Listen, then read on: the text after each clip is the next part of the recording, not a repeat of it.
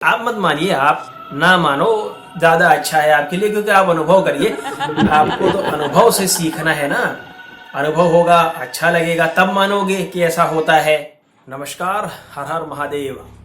स्वागत है आप सभी का आहट एक अनहोनी की चैनल के एक और भूतिया कहानी के एपिसोड में।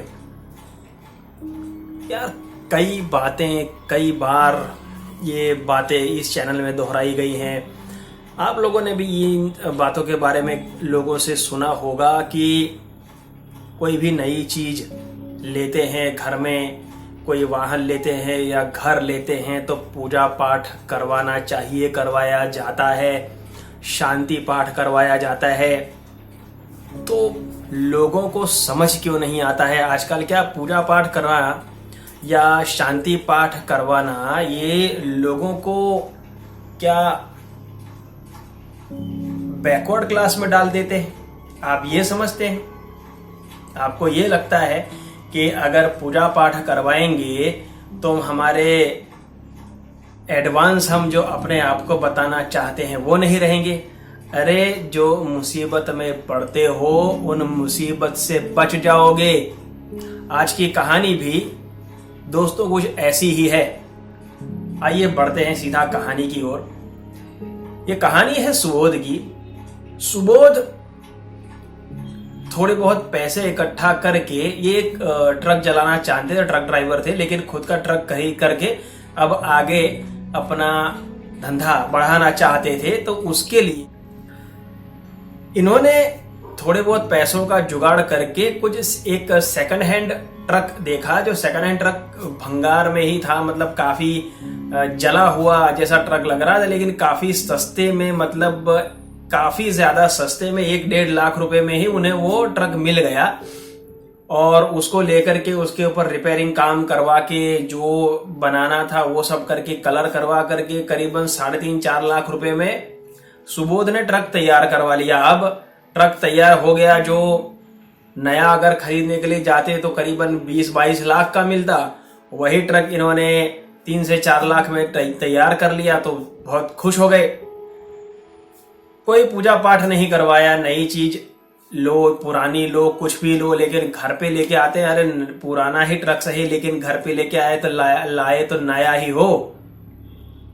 लेकिन नहीं, ये सब नहीं करवाना चाहिए, नहीं करवाना चाहिए ना, मत करवाओ। सुनिए आगे।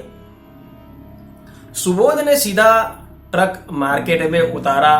अपने कॉन्टेक्ट्स के हिसाब से जाकर के ट्रक उनका सीधा लग भी गया। मार्केट में सामान से इधर से उधर करना सुबोध ने शुरू कर दिया।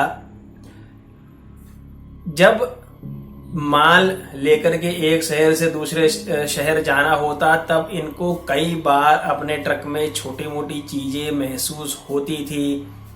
जैसे कि अचानक ही मोबाइल की बैटरी बिल्कुल गल जाना, या टेप अचानक चालू हो तो बंद हो जाना, बंद हो तो चालू हो जाना, कुछ खटपट की आवाजें आते रहना, स्टीयरिंग कई बार अचानक से जाम हो जाना। लेकिन इन सब चीजों के ऊपर गौर ना करते हुए सुबोध शुरू थे अपने काम में।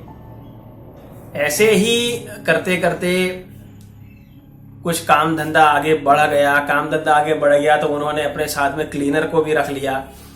अब एक बार की बात है, जो बोलते हैं ना, जो समझ देखिए, आप मत मानिए, आप ना मानो ज्यादा अच्छा है आपके लिए, क्योंकि आप अनुभव करिए। आपको तो अनुभव से सीखना है ना। अनुभव होगा, अच्छा लगेगा, तब मानोगे कि ऐसा होता है। अमावस की रात थी। अमावस की रात के समय किसी जंगली एरिया से सुबोध गुजर रहे। जंगली एरिया इन द सेंस, मैं ऐसा नहीं कह रहा हूं कि कोई जंगली आदिवासी, जंगल का एरिया था, वहां से गुजर रहे थे। और उसी समय इन्होंने गाड़ी में, जैसे पीछे माल सामान रखा हुआ है, तो वहां पे कुछ आवाजें सुनाई दी। तो क्लीनर ने खोल करके, जैसे पीछे ऐसा बना हुआ होता है कुछ स्लाइड करके खिड़की जैसा, जैसे आप स्लाइड करोगे तो आपको वहां पीछे क्या है दिखाई देता है। तो जैसे क्लीनर ने उसको खोल करके देखा तो मुझे एक आकृति क्लियर बैठे दिखाई दी कि जो पीछे बैठी है। ठीक है, इन्होंने तुरंत गाड़ी रोकी, न लगा कि शायद ऐसा ना हो कि कोई चोर उचक्का हो, चोरी हो रही हो। ट्रक रोका और तुरंत वहां पीछे जाकर के चेक किया तो कोई नहीं था। वापिस से गोल घूम करके देखा, इधर उधर हर जगह देख लिया, लेकिन कोई नहीं मिला। ट्रक में बैठने के लिए जा रहे थे, तब ड्राइविंग सीट पर उसी आकृति को बैठे हुए देखा। एक बार भौचक्का होकर के नीचे गिर गए, फिर देखा तो कोई नहीं दिखाई दिया। वापिस से ट्रक पे चढ़े। अब इनको थोड़ा थोड़ा डर लगना शुरू हुआ। अपना ट्रक कैसे भी करके चालू किया और आगे बढ़ रहे हैं। अचानक थोड़ी देर में सुबोध के कंधे पर किसी ने हाथ रखा। सुबोध को ऐसा लगा जैसे क्लीनर ने हाथ रखा है। जो दोनों दोस्त जैसे ही थे, तो उसे माइंड ना करते हुए सुबोध गाड़ी चलाए जा रहे थे। लेकिन अचानक ही उनकी नजर मिरर पर गई और मिरर में देख करके ही इनके होश उड़ के पसीना निकलने लगा, क्योंकि वहां कुछ दिख नहीं रहा था। सिर्फ एक हाथ था जो जला हुआ सा दिख रहा था, और बस उतना ही हाथ, काफी बड़ा, कंधे पर यहां उन्होंने देखा। अब वो घबरा करके उन्होंने ब्रेक मारी है। ब्रेक मार करके तुरंत गाड़ी से नीचे कूदे हैं। क्लीनर को चिल्लाए हैं, वो भी वहां से कूद गया है और दोनों को चोट लगी। सुबोध ने बताया कि वे उसने क्या देखा। इतने में ही दोनों को ये आवाज सीधा सीधा सुनाई दी है कि ये मेरा ट्रक है और मैं इसे और किसी को नहीं चलाने दूंगा। इसे छोड़ दो वरना अब बेमौत मारे जाओगे। ये सुनने के बाद सीधी सी बात है कि सुबोध ने ट्रक नहीं चलाया। बाद में छानबीन की, क्योंकि पैसे डाले थे, छानबीन की, पता चला कि वो ट्रक काफी सालों से वैसे ही स्क्रैप में पड़ा हुआ था, जल गया था पूरा ट्रक, और उसी ट्रक के अंदर उस ट्रक का ड्राइवर जल करके मर चुका था, और उसके बाद में वो ट्रक किसी ने यूज नहीं किया था, और उसी को सुबोध ने खरीद लिया था। अब ये जानने के बाद में और अपना अनुभव होने के बाद में सुबोध ने वो ट्रक दोबारा कभी नहीं चलाया, उसे बेच दिया, वो बिक गया। उसके बाद उसका क्या हुआ क्या नहीं हुआ, इसके बारे में सुबोध को कोई जानकारी नहीं है। यह कहानी हमें खुद सुबोध ने ही भेजी है।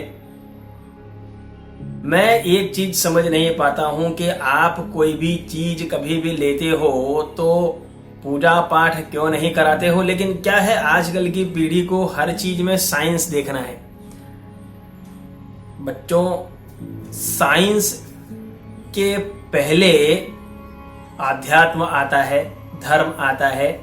चीजों को अच्छे से समझोगे। हमारे पूर्वज बेवकूफ नहीं थे जो उन्होंने ये चीजें बनाई थी, आगे आज के वैज्ञानिकों से बहुत आगे थे। लेकिन आपको तो जानना नहीं, आपको भूत प्रेत में कहाँ मानना है भैया। ये तो बहुत आगे की सदी चल चुकी है। भूत प्रेत तो कहीं किसी जमाने में हुआ करते थे, अब थोड़ी होते हैं? अब नहीं होते। मत मानो। अनुभव सब मनवा देगा जब समय आएगा।